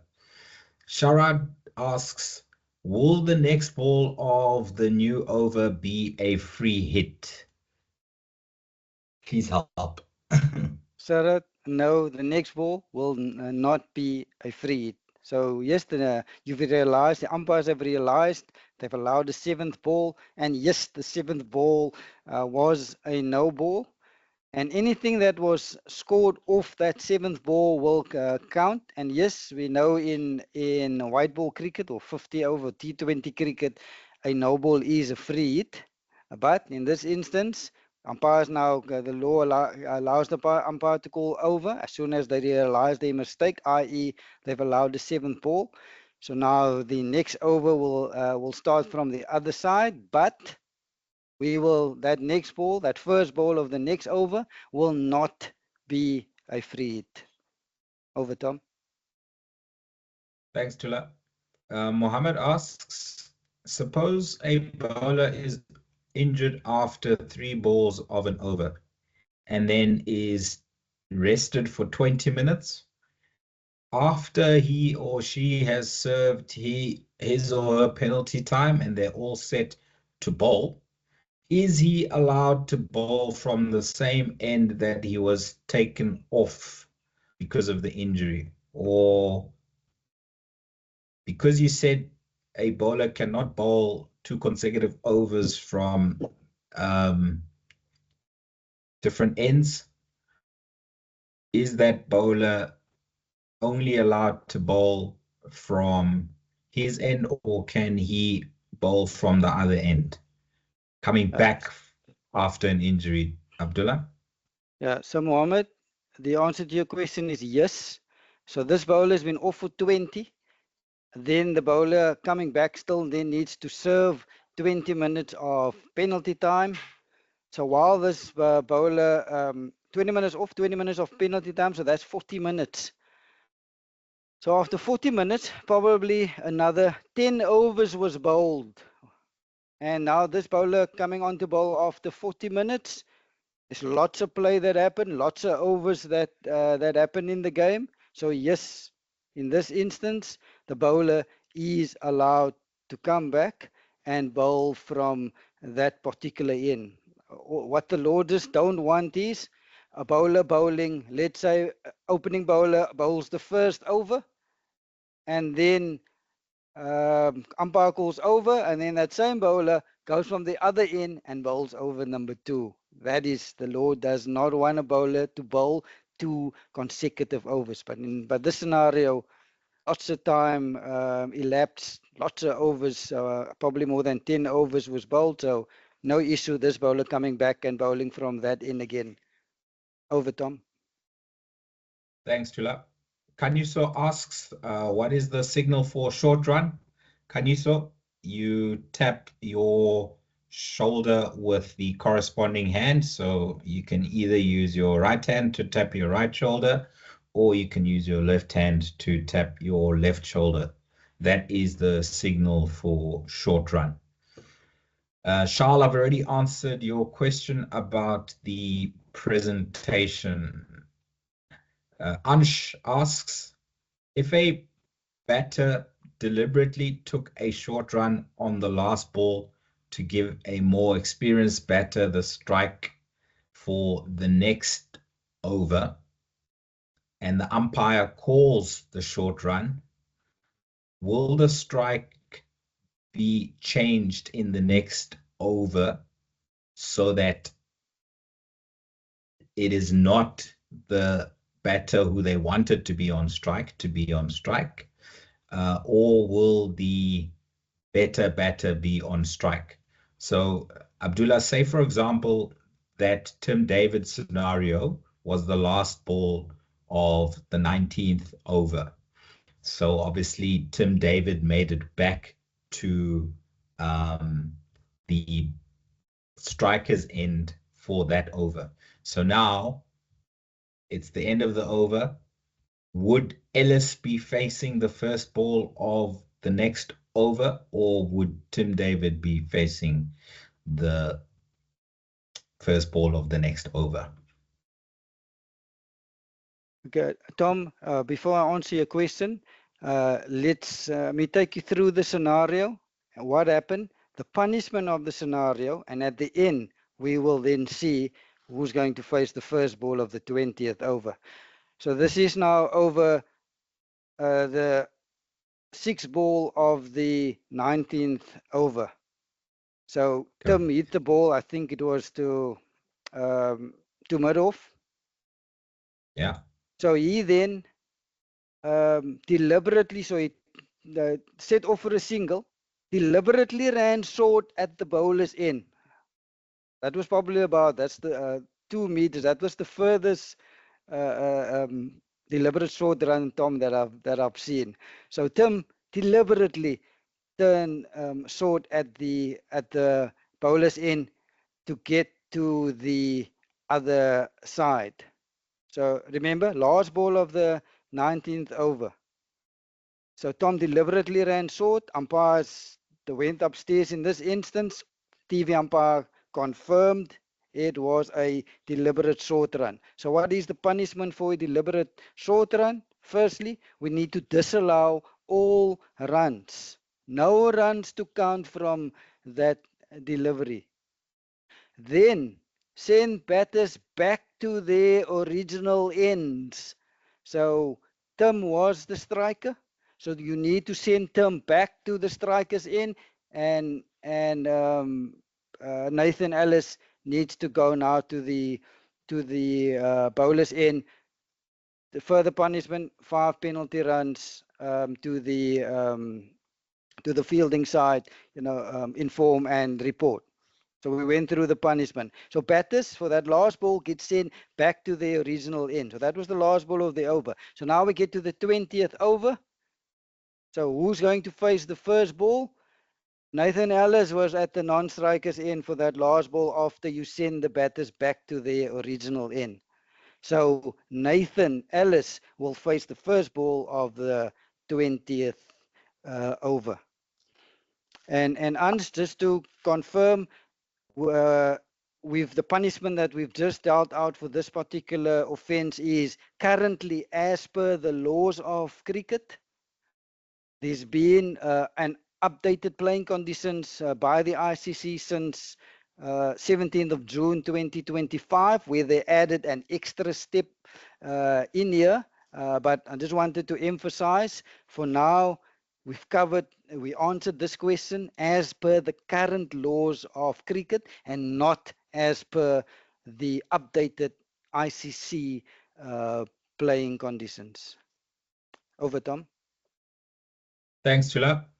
I'm just looking through the answers that have been posted by everyone for the quiz questions that I posted. 18.1, 0 runs awarded to the batting side, and 18.2, 5 penalty runs awarded to the fielding side. 0 runs for the batting side. Okay.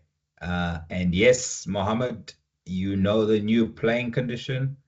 The fielding captain will decide who will face the next delivery in terms of if there was a deliberate short run. That is not according to law. So please remember, the Cricket South Africa Level 2 exam is based on the laws of cricket, and you need to answer your questions according to the laws, which are in your presentation and also in the law book or the PDF laws that were sent to you on the course material and logistics email. Next question is from Mohammed. A ball is struck to mid-on and a fielder is after the ball, dives forward. In doing so, he contacts the ball and the ball goes to the boundary. In the meantime, while the batters had already crossed, how many runs will count? Is this scenario a willful act, Abdullah, or is this a misfield? And there is a difference in between the awarding of runs for a willful act that results in a boundary versus a misfield that results in a boundary. Please take us through the difference between those two scenarios, Abdullah. Yes, Tom. So, Mohammed, you need to look at the intent of the fielder. So, was the intent of this fielder to save the boundary, or was the intent of the fielder to knock the ball over the boundary so that a boundary for to be scored, so that as in the Sewak clip that Tom showed, where they wanted a certain batter on strike. And that's why Sewak willfully kicked the ball over the boundary, thinking that if I kick this ball, 4 runs will then be scored. So Mone Mokel will then face the next delivery. Obviously, Sewak didn't know the law. There is a law that covers this exact example. When a fielder willfully kicks the ball over the boundary, and Tom covered how we should handle it. So in this example, we need to look at the intent. Was the intent to the dive was to save the ball from going over the boundary, or was the intent for the fielder to willfully hit it so that the ball goes over the boundary so that a certain batter to be on strike? So looking at your question, Mohammed, it looks like this fielder, the intent was diving to save the boundary. And in this case, so scenario 1, because the intent was to save the boundary, what will now happen is the boundary 4 to count. That's scenario 1. In scenario 2, where the intent was to willfully hit the ball or kick the ball over the boundary for the purpose of a boundary to be scored, so that because they want a certain batter to be on strike for the next delivery. If that is the case, now law 19.8 comes in, where it speaks about when a boundary results due to a willful act by the fielder. Now the law guides us by telling us how the runs to be scored. The runs will be scored as follows: boundary 4 to be given. Any completed runs will be given. We then also now need to judge whether the batters crossed at the instant of when this willful act happened. So you need to judge, and this is where the 2 umpires needs to come together. If you don't have TV at your disposal, 2 umpires get together. They need to discuss where were the batters when the fielder hit or kicked the ball willfully over the boundary. If the 2 batters crossed, then that run to count as well. If they did not cross, then that run will not count and will only go 4 runs, plus if they've completed any runs, and that run that they're busy with, because they didn't cross, will not count. If they crossed, it then will count. Over, Tom. Thanks, Dula. Ansh says law 20.4.2.8 instructs either umpire to call and signal dead ball if the bowler accidentally drops the ball before delivering it. What happens if the bowler deliberately drops the ball, Abdullah, to distract the striker? I've never seen a bowler doing that, and I'm not sure why they would do that. Yeah, I also can't think that a bowler would ever deliberately drop a ball to distract the striker. There would be no reason why the bowler would be doing it. But there is a law, and it's law 41.4, that covers if there's a deliberate distraction before or while the ball or the batter is receiving the ball to distract the batter. There is a law that covers that, and there is a punishment for that. Batter not to be dismissed, 5 penalty runs, inform and report. So yeah, so Ans, there is law 41.4 covers deliberate distraction of a batter. Your scenario, I don't think it makes no sense why a bowler would deliberately drop a ball to distract the batter, but yeah, there is a law that covers it. 41.4. Over, Tom. Thanks, Tula. Isanula asks, if the ball makes contact with an animal or an unauthorized person, the umpire shall call and signal dead ball if they think that the ball would not go to the boundary. So any runs completed before the umpires have called and signaled dead ball, and any runs in progress if the batters had crossed before the umpires called and signaled dead ball. Will those runs stand, Abdullah? Yes, Tom. Yasunala answered his own question. The answer to the question is yes. Completed runs will count, and if they crossed at the instant when the call of dead ball was made, that run also to count. Yes, Tom. Over. Thanks, Tula. Mohammed asks about the bowler in his run-up breaking the wicket, but does not bowl the ball. Is this still a no ball or is this a dead ball? Abdullah, can we have a no ball called if a ball is not delivered? No, Tom. If a ball is not delivered, you need to call and signal dead ball. But for a no ball to be called, it's let's say a front foot no ball, bowler's over the line, and the umpire calls and signal no ball. And if you called it and the bowler holds onto the ball and doesn't deliver it, you need to revoke that no ball call and and it will be a dead ball. Similarly, if a bowler in the run up breaks the wickets, yes, the law tells us you need to call and signal no ball. But if the bowler does not deliver the ball, that no ball to not count. You need to, if you've called it, you need to revoke that call and call and signal dead ball because the bowler did not deliver the ball. Over, Tom. Thanks, Tula. Neville asks, if the ball bounces and passes above the head of a striker, is it considered a no ball or is it considered a wide ball? And this is where we have a difference between the laws of cricket and the playing conditions that are most used around the world. Please discuss those differences for us, Abdullah.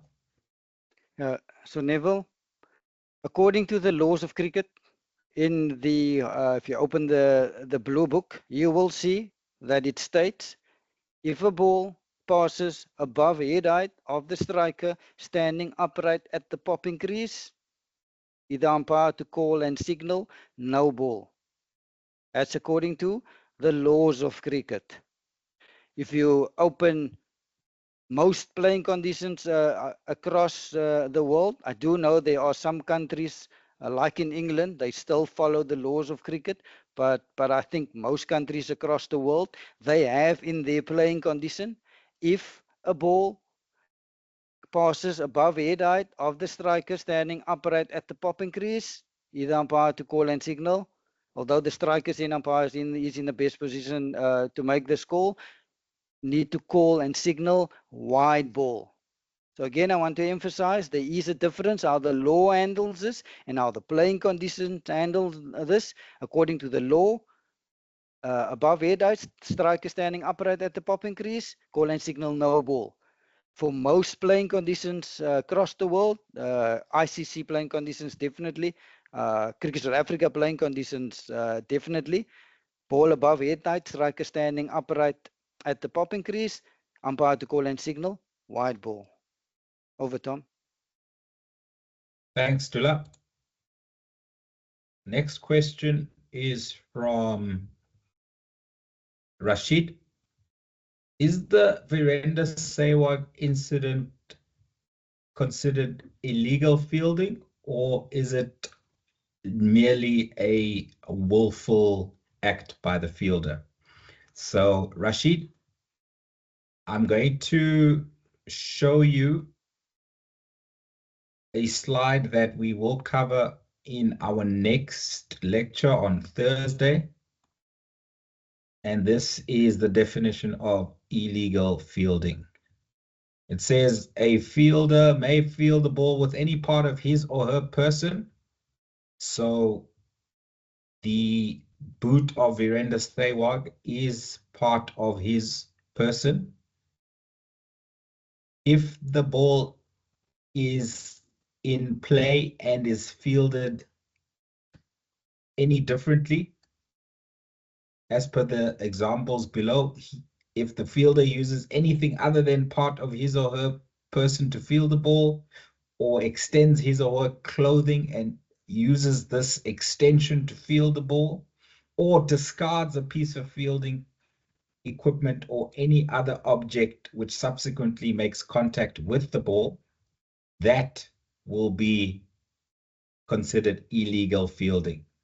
So Virender Sehwag has not used anything other than part of his person to field the ball. He has not extended his clothing, and he has not discarded any piece of clothing or equipment or any other object which subsequently makes contact with the ball.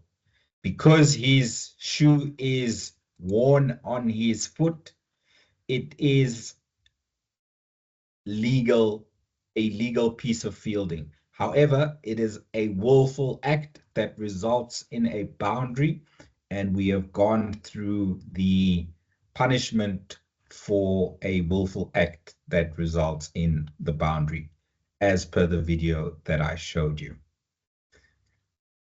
Ishsanullah goes on to ask or mention that the maximum penalty time for an absent fielder, as per law, is 90 minutes. What is the minimum time that an absent fielder can be off the field, Abdullah, and then come back onto the field and bowl? The playing conditions allow 8 minutes of grace. Does the law allow any grace period for a fielder to be off the field and they can come back onto the field and bowl immediately? So again, Tom, I want to emphasize this is again where there's a difference between how the law treat a fielder going off and how the playing condition treat the fielder going off. So yes, the playing condition allows for penalty time only to start accruing once a fielder has been off for more than 8 minutes. But according to the laws of cricket, there's no such thing as waiting more than 8 minutes. As soon as you go off, the clock starts ticking according to the law. So if you, let's say, go off for 2 minutes, according to the laws, you go off, quickly come back on 2 minutes later, just as an example, you need to serve that or wait that 2 minutes penalty time before you are allowed to bowl again. Yeah, that's according to the laws. Penalty time starts immediately, Tom. Over. Thanks, Tula. Next question is by Willem. Is the venue and date set for the exam in Cape Town? Willem, so Abdullah and I have been discussing this. So there will be 2 date options for everyone to write Cricket South Africa's Level 2 exam. The first date option is Monday, the 29th of September at 6 p.m. South African time. The second date option was previously Saturday, the 27th of September at 9 a.m. South African time. However, both Abdullah and I will be involved in 4-day Division 1 Cricket South Africa matches, so we will not be available to invigilate your exams on that day. So we have decided that the second exam date option will be earlier. It will be on Wednesday, the 24th of September, which is a public holiday in South Africa, and it will be at 2 p.m. South African time. And this will all be communicated in an email tomorrow, along with the recording of this lecture. So 2 p.m. South African time, Wednesday, the 24th of September will be the first exam date option. And the second exam date option will be Monday, the 29th of September at 6 p.m. South African time. All the candidates who are not in Cape Town will write online using our exam software website called Exam Online, and we will go through a click-by-click demonstration of how to use that website on our 6th and final lecture of this course. So what about the venue for those who are writing in Cape Town? That is yet to be confirmed. Usually we write the exams at Newlands Cricket Ground, but Newlands is undergoing currently heavy construction, so none of the meeting rooms are available at Newlands Cricket Ground until the end of November, I've been informed. So we will have to find a different venue to what we normally use. It might be a cricket club in Cape Town. It might be an office. We will let you know closer to the time, but we do need to make a venue available because members of Western Province Cricket Umpires Association cannot attempt the exams online. They need to write the exam physically at an exam venue in Cape Town. Next question is from Neville. In regards to the extra ball question, if the 7th delivery that was bowled, a batter is dismissed, and then the umpire realized that it was the 7th legal delivery of the over, and they call over, will the wicket count, Abdullah? And will the ball count as part of the match recorded by the scorers? Please advise. So Neville, that's why it's vitally important for umpires to get their ball counting spot on. I know at higher levels, we do have the luxury of TV umpire, the scoreboard, but at club level, we don't have that luxury. That's why it is vitally important that we get our counting spot on. And for this specific reason, because if you allowed a 7th delivery to be bowled, the law tells us that everything that happens off that 7th delivery will count. Any runs that the batter scores will count. If a batter is dismissed of that 7th ball of the over, it will also count. So yeah, batters have it both ways. Yes, they can be dismissed, but they'll get credited with any runs that they score as well.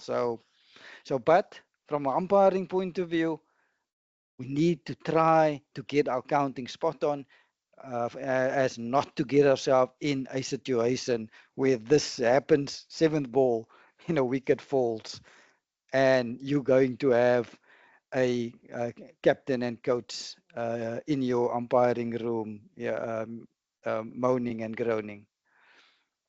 Over, Tom. Thanks, Jula. A viewer asks, in the updated laws of cricket, after a deliberate short run, the bowling captain will decide which batter will face the next ball, and the ball will count for the over. Abdullah, is that a law that has been changed, or is that a playing condition that the ICC have brought in? And then secondly, our viewer wants to know, will that ball count as a legal delivery in the over? So, viewer, it is currently a playing condition that was added by the International Cricket Council to their playing conditions. They've sent it out to the world. The respective boards need to decide whether they're going to incorporate it into their playing conditions as well. And I can confirm Cricket South Africa has decided to add it to their playing conditions as well, where the bowling captain or fielding captain to decide who's going to face the next ball. I do know that the MCC, who are the custodians of the laws of cricket, they are sitting sometime in 2026, where this will be on the agenda, not this particular change, but other changes as well, that where they'll decide which of those changes they will incorporate into the laws of cricket. So yeah, we'll have to wait for next year, 2026, to see if this will be added. But for now, it was added into the playing condition where fielding captain decide who faces the next ball. Your second question, yes, this ball will definitely count as one for the over.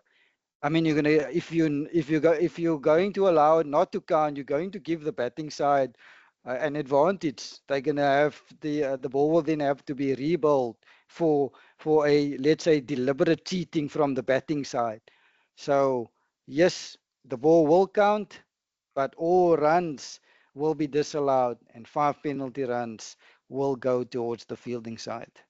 Over, Tom. Thanks, Dula. That brings to an end all the questions in the chat box. As usual, we have had Rifat from Bangladesh patiently waiting with his hand up for his turn. Rifat, please unmute your microphone. The floor is yours. Thank you, Tom. Good evening to you, Abdul and Tom. I'm sorry I'm not concentrate this lecture for outside of home. I was outside of home and I left my earbud at home. That's why I cannot hear you properly because I was in bus and it's noisy place. I have a question and a clarify. First clarify. Answer penalty time in 90 minutes, maximum 90 minutes. But I don't understand the 90 minutes.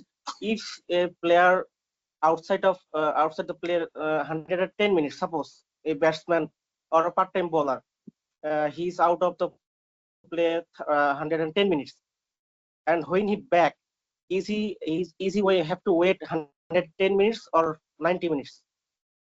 What will he wait? So, Abdullah, if the opening batter of Team A, while his team was fielding, that batter was off the field for 110 minutes.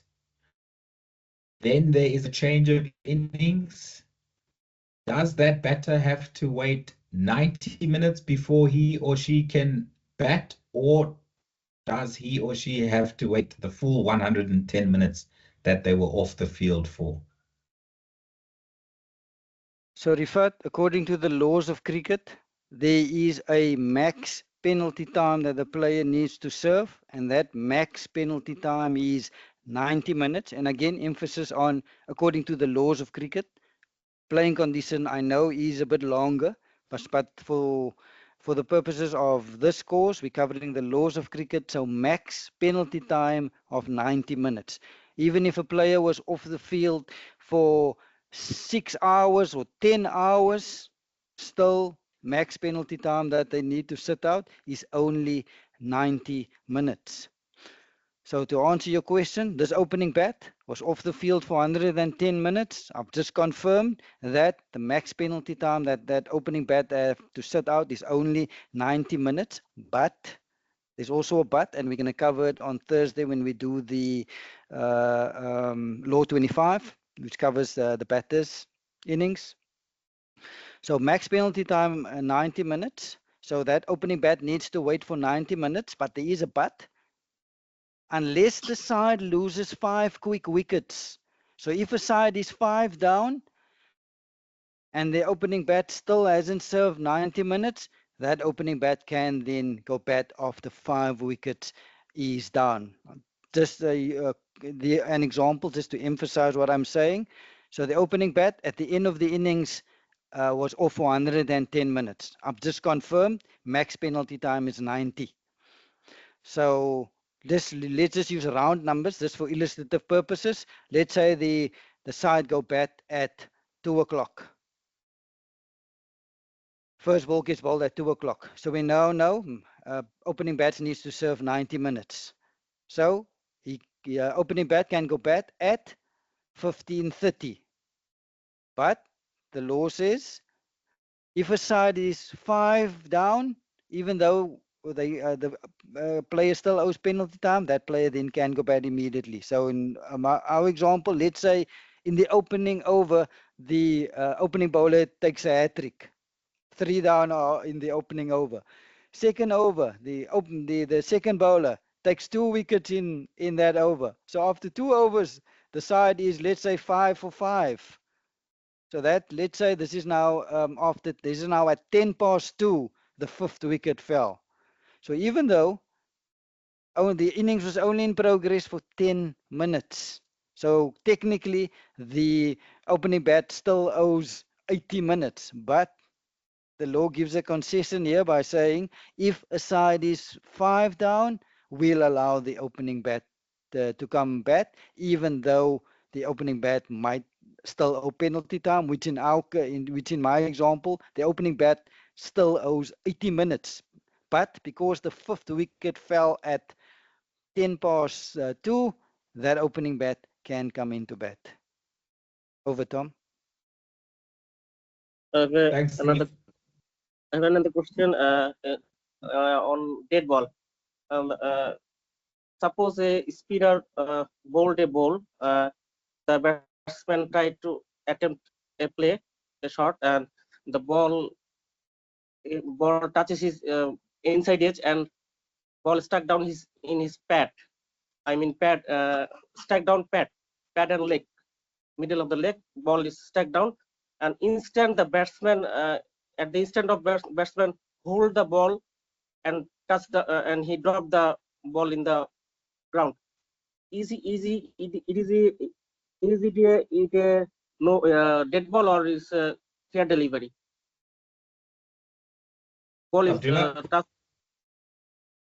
let's go back to the David Bedingham incident at Lords during the World Test Championship final, where he got an inside edge and the ball went onto his thigh pad and then rolled down into his flap of his pad, and it got stuck momentarily. And then he was worried about the wicketkeeper, Tim Payne, coming and taking the ball and claiming a catch. So he took the ball and he dropped it on the ground. Was that a dead ball, or should he have been given out obstructing the field, or should play have continued and Tim Payne take a catch? So, Rifat, in the David Bedingham incident, as soon as that ball went into that pad, as soon as that ball lodged into that pad, that ball immediately became dead. And anything that happened after that is irrelevant. So that's why the ball was dead, and Davy could pick it up and throw it down, and he was not given even if there was an appeal, would not have been given out obstructing the field, because the moment that ball went into that flap, it lodged in there, the ball automatically became dead, and anything that happened after that is irrelevant. And yes, that ball will count as one for the over. Thank Over, you. Tom. Thank you, Tom and Abdullah. Thanks, Rifat.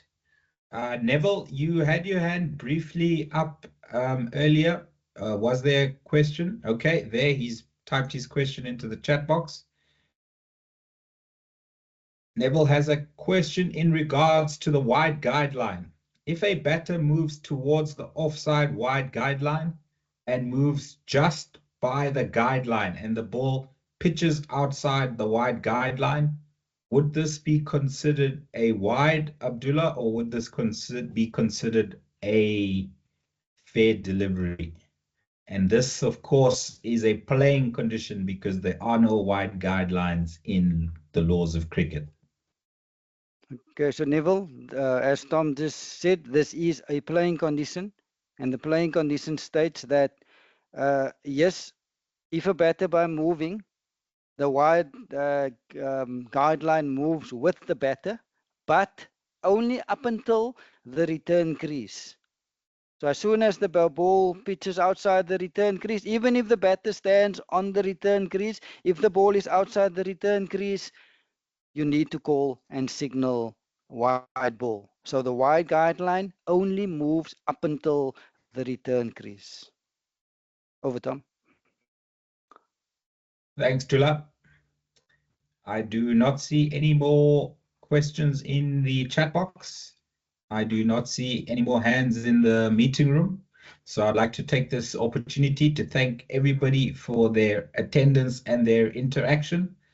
This meeting is being recorded, and I will send out the YouTube link for the meeting recording tomorrow, about 15 hours from now. We will reconvene for another lecture on Thursday, and we will use the same meeting link. We will have the same time for our meetings, so please tune in again then. Until then, have a great week further. Thank you and goodbye.